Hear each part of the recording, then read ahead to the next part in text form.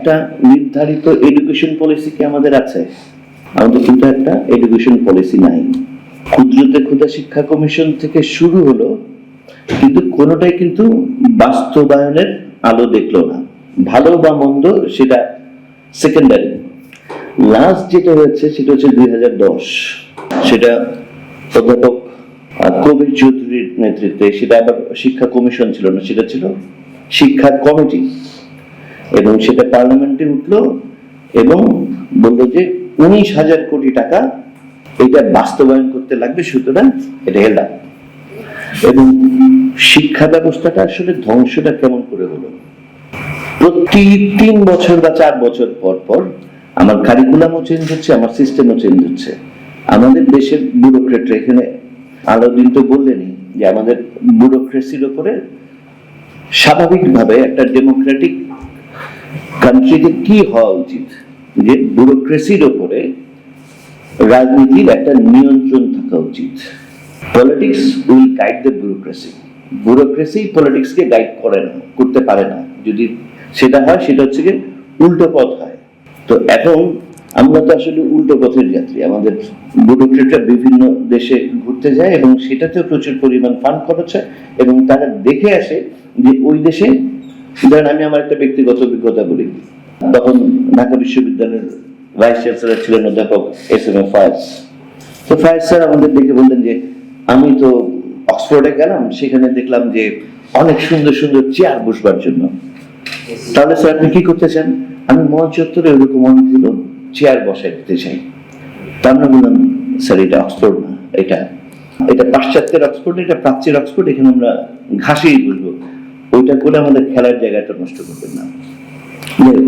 তো এটা এইবার দেখলাম যে হয়েছে, তো আমাদের এখানে চেয়ারের বন্দোবস্ত হয়েছে। তো চেয়ার বসবে, চেয়ার উঠবে, কিন্তু কোনোটাই আসলে কনস্ট্যান্ট না। কারণ হচ্ছে কি আমাদের কোনো পলিসি নেই। পলিসি হচ্ছে একটু দীর্ঘস্থায়ী বিষয়। একটা পলিসি হয় এবং সেই পলিসি গ্র্যাজুয়ালি, সেই পলিসি ধরে হচ্ছে গিয়ে ওয়ার্ক প্ল্যান হয় এবং সেটা ধরে সেটা বাস্তবায়ন হয়, কিন্তু আমাদের এখানে কোনো পলিসি নেই। এখন আমাদের এডুকেশন সিস্টেমের মানে এটা তো মানে ডিসক্রিমিনেশনের কথা রুবাব বললো, যে ঢাকা বিশ্ববিদ্যালয়ের যে একাডেমিক ডিসক্রিমিনেশনের কথা বললো, পুরা সিস্টেমটাই পুরা যেইভাবে চলছে সেটা তো পুরোটাই একটা মানে বৈষম্যের মধ্যে বড় হওয়া। যে এফোর্ড করতে পারে, আমার এক বন্ধু, মানে যেহেতু ঢাকা বিশ্ববিদ্যালয়ের আলোচনাটা হচ্ছে, একটু পুরোনো দিনে একটু ফেরতে যাই মাঝে মাঝে, আমার এক বন্ধু বললো যে তোমরা কেন বলছো সবাইকে শিক্ষার সমান সুযোগ দিতে হবে? Who can afford you rush to English medium? তার মানে আমার বাবার টাকা থাকলে আমি ইংলিশ মিডিয়ামে পড়তে পারবো, আর আমার বাবার টাকা না থাকলে আমাকে মাদ্রাসায় যেতে হবে। কিন্তু এরকম হইতে পারে যে এটা তার চয়েস না, সে ইংলিশ মিডিয়ামে পড়ছে, জেনারেল এডুকেশনে যাচ্ছে অথবা মাদ্রাসায় যাচ্ছে, এটা চয়েস না, এটা তার বাস্তবতা, এটা একটা বৈষম্যের জায়গা থেকে যাচ্ছে। সুতরাং বাংলাদেশের নাগরিক হিসেবে, একজন শিশু হিসেবে তার বেড়ে ওঠার জন্য সে তো মানে আমার যেরকম অধিকার, রাকিবেরও নিশ্চয়ই, সেই আলাউদ্দিনের নিশ্চয়ই সেই অধিকার থাকা উচিত।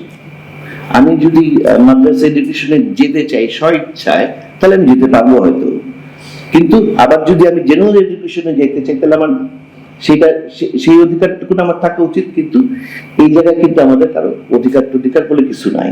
সেটা একটা বাস্তবতার মধ্যে কিছু অল্প কিছু সমাজের অল্প কিছু মানুষ থেকে যারা হচ্ছে কি এরকম করে যে ঠিক আছে আমার এরকম মানত টানতেছে, আমি এরকম দিলাম। কিন্তু জেনারেলি আমাদের ওই আর্থসামাজিক বাস্তবতা আমাদেরকে এই জায়গাতে ড্র্যাগ করে, এবং রাষ্ট্র এই জায়গাতে কোনো ধরনের দায় দায়িত্ব নেয় না। তো সুতরাং প্রথমে হচ্ছে ঠিক করা দরকার অবজেক্টিভ কি, আমরা কি চাই, তার নিরিখে হচ্ছে পলিসি নির্ধারিত হবে, এবং তারপর হচ্ছে গিয়ে কর্মপদ্ধতি ডিফাইন করতে হবে। এখন এডুকেশনে যখনই হচ্ছে গিয়ে অন্যরা বলে, ছাত্ররা বলে যে এটা প্রাইভেট বিশ্ববিদ্যালয়ের ক্ষেত্রে ভ্যাট, বা পাবলিক বিশ্ববিদ্যালয় বা গভর্নমেন্ট বিশ্ববিদ্যালয়, এখন আবার দুইটা বিশ্ববিদ্যালয় আছে, একটা হচ্ছে সরকারি বিশ্ববিদ্যালয়, একটা হচ্ছে পাবলিক বিশ্ববিদ্যালয়। তার মধ্যে আবার আইনগুলো দেখেন, ঢাকা বিশ্ববিদ্যালয়ে চলে হচ্ছে গিয়ে 73-এর অধ্যাদেশ, বুয়েট চলে 60-এর অধ্যাদেশ, রাজশাহী বিশ্ববিদ্যালয়ে আলাদা অধ্যাদেশে চলে, এবং পরে যে পাবলিক বিশ্ববিদ্যালয়, যে গভর্নমেন্ট বিশ্ববিদ্যালয়গুলো হলো, সেগুলো আবার চলে আরেকটা অর্ডিন্যান্সে। এখন এটা খুবই পলিটিশিয়ানদের জন্য, যারা রাজনৈতিক দল করে, তাদের জন্য খুব মুশকিল একটা আইডিয়া হচ্ছে যে আমি বলবো যে আমার এডুকেশন সিস্টেম বা এডুকেশন পলিসি ডিফাইনটা, মানে ওটার অবজেক্টিভটা কি, তার উপর তো ডিফাইন করবেন। এখন মানে আমি আমার নির্বাচনী এলাকায় যে বলবো যে আমি নির্বাচিত হলে, আমার দল ক্ষমতায় আসলে আমি এখানে একটা বিশ্ববিদ্যালয় বানাই দেবো। বাংলাদেশের অলমোস্ট প্রত্যেক জেলায় একটা করে বিশ্ববিদ্যালয় আছে। এখন এই যে মানে কথায় কথায় রাজনৈতিক কমিটমেন্ট ও মুক্তমুখ জায়গা থেকে আমরা এই যে বিশ্ববিদ্যালয় বানাই দিচ্ছি, এবং বিশ্ববিদ্যালয়কে শুধু বানাচ্ছি নাকি কারি সার্টিফিকেটধারী বেকারও বানাচ্ছি। কারণ আমার ন্যাশনাল পলিসির সাথে এই যেহেতু এটা কোনো পলিসি নাই, তো এটা কোনো মিলছে না। যে কারণে আপনি যেটা বললেন যে প্রিভিলেজ ইউনিভার্সিটি, প্রিভিলেজ সাবজেক্ট, আমার মাথার মধ্যে হচ্ছে গিয়ে কিন্তু এটা আমাদের ক্রাইসিস, এটা আমার এডুকেশন সিস্টেমের ক্রাইসিস। যে আমি ভাবছি যে আমি ল ডিপার্টমেন্টে পড়ছি, অথবা আমি নিজে আন্তর্জাতিক সম্পর্কের ছাত্র, তো আমি ঢাকা বিশ্ববিদ্যালয়ের ছাত্র ছিলাম, সুতরাং আমি প্রিভিলেজড ওয়ান। ইয়েস, আমি আনপ্রিভিলেজড ওয়ান।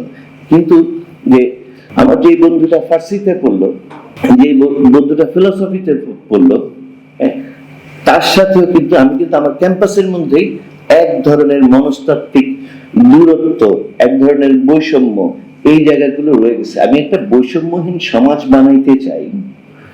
তো একটা বৈষম্যহীন সমাজ বানাইতে গেলে এই ডিসক্রিমিনেশন গুলো রেখে যদি আমি পলিসি ডিফাইন করি, তাহলে কিন্তু হবে না।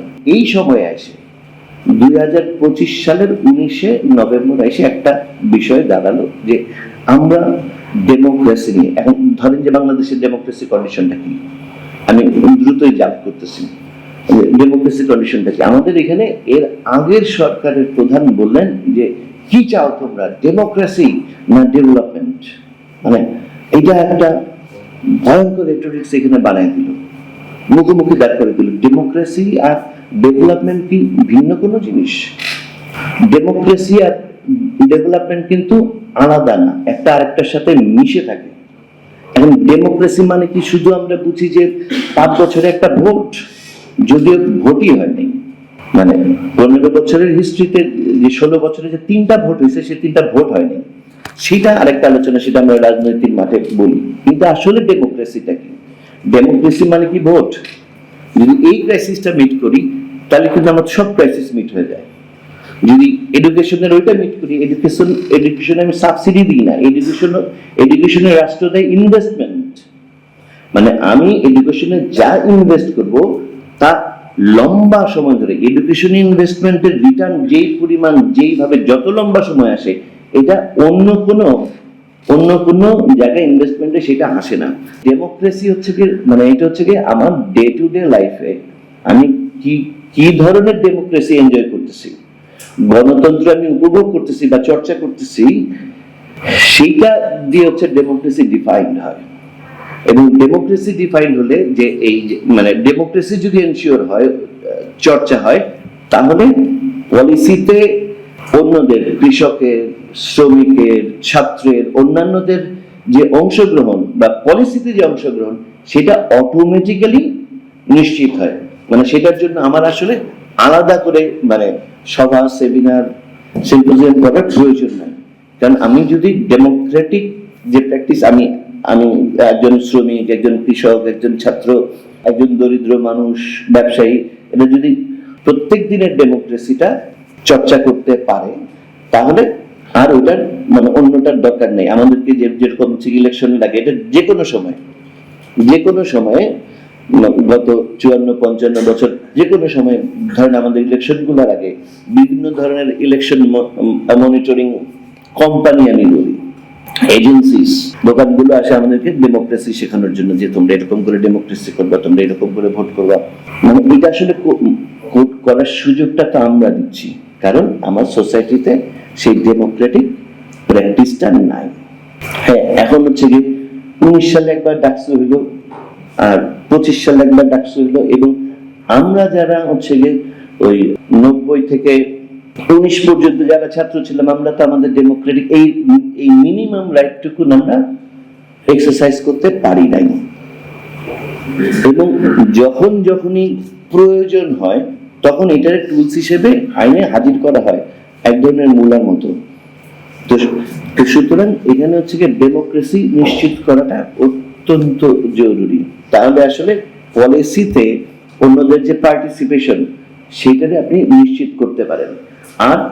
আর একটা কথা সেটা হচ্ছে আবার একটু এডুকেশনে ব্যাক করি আপনার কথা, সেটা হচ্ছে যদি আপনি এডুকেশন মানে আপনার রিসার্চের কথা বললেন, রিসার্চের ফান্ডের কথা বললেন, ঢাকা বিশ্ববিদ্যালয়ের বাজেটটা যদি দেখেন কত টাকা কত পার্সেন্ট হচ্ছে কি আপনার ওইখানে আসে, সেটা যদি একটু খেয়াল করেন তাহলে তো বুঝবেন যে হচ্ছেটা কি। এখন কিন্তু তার চাইতে জরুরি বিষয় যে আমার যেটা হচ্ছে বিগত সরকারগুলোর সময়ও এবং এই সরকারের সময়, এই অন্তর্বর্তীকালীন সরকারের সময়ও আমার প্রাইমারি স্কুলের শিক্ষকরা কিন্তু পুলিশের লাঠিপেটার শিকার হচ্ছে। এটা যেইভাবে বলেন মানে শিক্ষক লীগ অমুক লীগ মানে যেইভাবে এটা হচ্ছে ডিফেন্ড করার বা ডিফাঙ্ক করার চেষ্টা করেন না কেন, আপনি প্রাইমারি এডুকেশন ওইটার বেস যদি আপনি শক্তিশালী করতে না পারেন, আপনার কোনো পলিসি ডায়ালগ আসলে ওয়ার্কআউট করবে না, এবং এই যে ডিসক্রিমিনেশনের জায়গায় এটারও আপনি কন্ট্রিবিউট করতে পারবেন না। আর যেই কথাটা বলে শেষ করি সেটা হচ্ছে যে যদি আমরা মনে করি যে আমরা একটা গণঅভ্যুত্থান করলাম 24-এ, আমি খুব বেশি রাজনৈতিক আলাপ দিতে চাইনি, কিন্তু এটুকু না দেওয়াটা আসলে অন্যায় হবে, ইনজাস্টিস হবে। আপনি যদি ডিসক্রিমিনেশন এখান থেকে ইরেজ করতে চান, আপনি যদি যে উদ্দেশ্যে এই টেবিলে এই ডায়ালগ সেগুলোর যদি আপনি সত্যি করতে চান, তাহলে আসলে আমরা প্রত্যেকে পলিসি করার আগে ওই মানে পলিসির মাথার মধ্যে জিনিসটা রাখি, ওই কোশ্চেন গুলার অ্যান্সার গুলা করি। সেটা হচ্ছে যে আমরা যে বৈষম্য বিরোধী আন্দোলন করলাম সেটাতে আসলে কি প্রশ্ন ছিল, কেন আমরা 24-এর গণ অভ্যুত্থানটা করলাম, সেই প্রশ্নগুলো আমরা নোট ডাউন করি এবং সেটার অ্যান্সার গুলো তার পাশে লিখি এবং বলি যে এইটা হচ্ছে যে এই প্রশ্নগুলোর অ্যান্সার। কর্মসংস্থান নাই, আমার কর্মসংস্থান করতে হবে মাত্র মানে এটা 2%-এরও কম হচ্ছে কি সরকারি যে আমাদের টোটাল যে ওয়ার্ক ফিল্ড তার মাত্র মানে 2%-এর নিচে হচ্ছে কি সরকারি চাকরি, এবং সেখানে কোটা মানে সেখানে কতজন আসলে নিয়োগ প্রাপ্ত হইতো, কিন্তু আর কত মানুষ কত মানে শিক্ষিত বেকার হচ্ছে গিয়ে ঘুরে বেড়াচ্ছে, মানে সেটা তো একটা অন্যতম কারণ। এবং যেই কারণে আমরা গণ অভ্যুত্থান করলাম বা ওই আনডেমোক্রেটিক ওই সিস্টেমকে ডিনাই করলাম, সেই কোশ্চেন গুলা বা সেই দাবিগুলো একসাথে করি, তার উত্তরগুলো লিখি, তারপরে যদি আমরা একটা পলিসি বানাই তাহলে দেখবো যে আমরা খুব কাছাকাছি বাংলাদেশের মানুষের আকাঙ্ক্ষার কাছাকাছি একটা মানে পলিসি আমরা তৈরি করতে পারলাম। সবাইকে ধন্যবাদ।